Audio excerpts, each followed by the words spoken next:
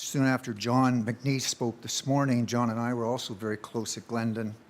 I went out to the hall and we chatted, and I said, Escott Reed, who was the principal when I started here in 1969, would have been so proud of you, John, because of the vision he had of Glendon and the kind of student Glendon produced and went on to achieve great things in his career. I would say the same thing for every one of you who have spoken today. It's just been fantastic, and the school it's great credit to the school, but to also yourself for honoring Escott Reed's vision. I'm going to be talking about the Senate, but before I do so, David Moulton had asked me to say a few words about what personal impact Glendon had on me. And I can say it's hard to say with any precision other than it was the best 4 years of my life. Some of the friendships I made here have lasted forever. Two I would mention are with Suzanne Kinsman, who unfortunately was not able to be with us today. She is in Northern Ontario, and with Tom Healy, who is with us today. I should also mention David Moulton. I really appreciate keeping in touch with him, and with Donald Walker, who keeps sending me his Christmas newsletter, which I very much appreciate.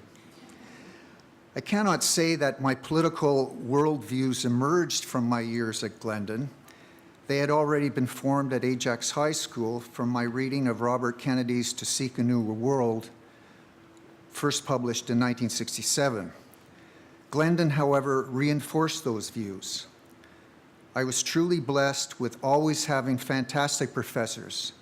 It would be unfair to say which ones touched my spirit more, but given the shortness of time today, I would mention Joseph Starobin, who before coming to Glendon played an incredible role in the journey of the American left, and whose one saying inspired me so much that, quote, unlike the George Grants of this world, we need to cease to lament for a nation and come out and fight. Nor can I say my years at Glendon very much deepened my academic thinking. I think that took place at Carleton University, which Hubert mentioned, during my master's year when I was overwhelmingly exposed to the essentials of political science, and which made my later preparation for my PhD comps a piece of cake. However, Glendon did lead me to where my interests truly were, particularly Michael Horn's course on Ontario history, and it is a subject I returned to in the 1980s in my doctoral thesis on pre-Confederation parliamentary history. With regard to my professional career, having worked in Parliament for some 30+ years, and what insights I might have mustered on the value of the Senate as an institution, I can truly say that I believe bicameralism is one of the great ideas of government. Its origins can be traced back to the classical time of the Romans when they had two consuls to make decisions, not to consult one with the other, but two consuls to make decisions, as well as to the idea of the balanced constitution embodied in the Glorious Revolution of 1689. As Janet Asenstad of McMaster University, who I came to know when I was working at the Senate, said, it remains a fact that the parliamentary system of checks and balances with bicameralism at its heart is the world's greatest political invention. It is important to remember that bicameralism was never put forward as a theory of the best form of government. From the start, it set itself up as a target for criticism, because its original purpose was to try to prevent the worst government. Its first proponents in the modern era were James Harrington in 1659 and Montesquieu in 1748. They saw bicameralism as a way of discouraging parliamentary despotism and for allowing a second opinion on political matters. Harrington wrote that a popular assembly without a Senate cannot be wise. Montesquieu, following up on Harrington's work, was also interested in the balance of power between the two chambers and the improvement of legislation. Montesquieu wrote, when the legislative and executive powers are united, there can be no liberty. So these two themes, preventing parliamentary despotism, which includes protecting against popular demagoguery, and 2, improving legislation. Describe, as the classical philosophers would say, the nature of bicameralism. Now, when I go on to talk a little bit more about the Senate, some of you talked about Canada 150 and all the great accomplishments that have been made, and surely there have been great accomplishments in the Senate. And I see Senator Marsden is here today. She was, along with her other colleagues, and during the time I was in the Senate, I was truly blessed, along with my professors, the Senate allowed you to get to know the parliamentarians more than you would get to know them in the House of Commons, because there was so much, had so many other functions they were performing. But the great thing about working in the Senate, it allows you to talk and get to know people on an individual basis. One of them, and the Senate has accomplished great things, and the committee work of the Senate, of which Senator Marsden, for example, played a tremendous role, was second to none. Our committee system is still second to none in the Senate. One of the people I got to know was Senator Stollery, who served as a member of Parliament from Toronto, and also became a senator from here. He said, look, forget about the institutions. What matters most are people. If you have good people around the world, no matter what system they come from, our world is going to be okay. Unfortunately, that's not, and we mentioned, I think it was John's talked about software and hardware this morning. We all know that the classical philosophers also knew this, but it was Aristotle who spent the time studying constitutions. He knew about Plato's work and the nature of man as Plato saw it, but it was the constitutions that interested Aristotle, and he went around to the known world at that time studying their constitutions. He was the first political scientist that way, because he knew that even if you have good people, you still need government to be of laws and not of men or women. The problem with the Canadian Senate is that it is out of step with the nature of bicameralism, which I just talked about. Its form is really a colonial structure.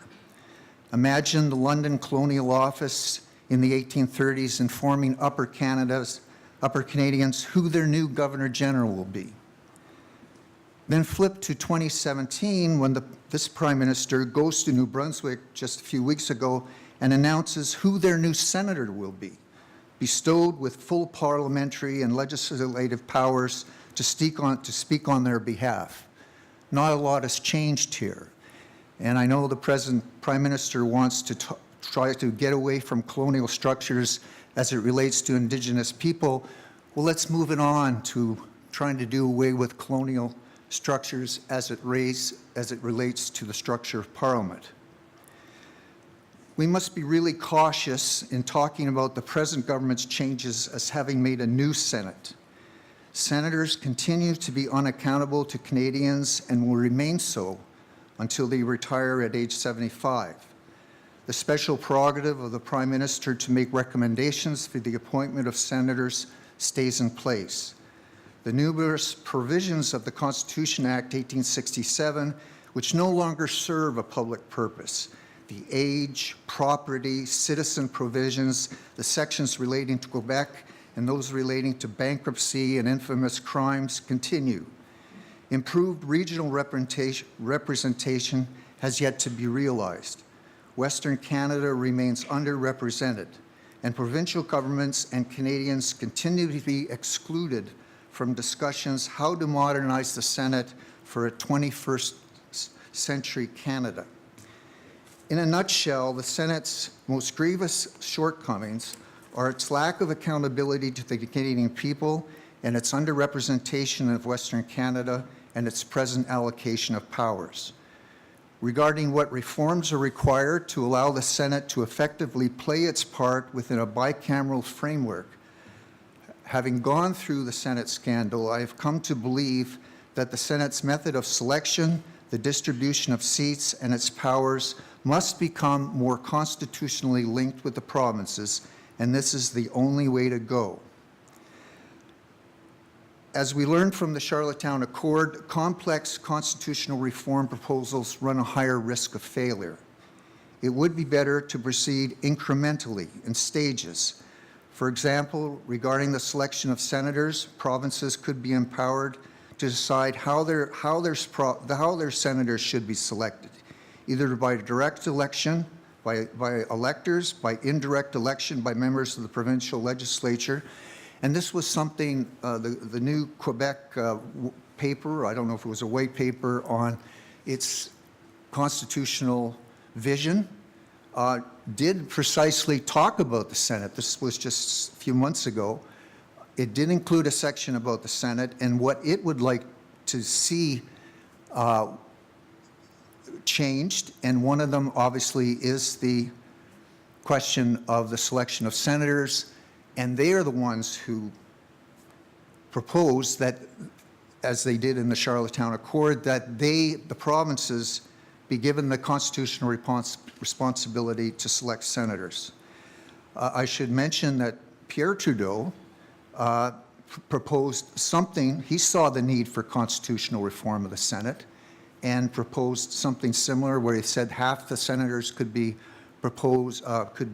nominated by the provinces, half by the federal government. Regarding the distribution of seats, British Columbia and the Prairie provinces could be recognized as regions, with BC going from 6 seats to 12, Alberta going from 6 to 10, and Saskatchewan and Manitoba going from 6 to 7. Regarding powers, a constitutional amendment could be made, restricting the Senate to being a check against flawed legislation which abuses legislative powers, poses great detriment to the regions of Canada, or compromise the Charter or linguistic rights while ensuring the supremacy of the House of Commons with respect to confidence matters. As Professor David Smith, probably our leading academic on the Senate, once wrote, few studies of the Senate do not talk about, if they're not devoted to, its reform. Indeed, reform of the Senate must be one of the hoariest subjects in Canadian politics. Today, we could go on for a long time debating what to do about the Senate, but I think I will leave it at that, hoping that what I said today is at least food for thought, and thanking the organizers for today's conference for giving me the privilege of participating. Thank you very much.